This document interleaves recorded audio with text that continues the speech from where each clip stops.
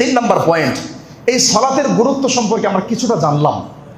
এবার পরিবারকে সালাত পড়ানো, নিজে পড়তে হবে, পরিবারকে বলতে হবে। কেন?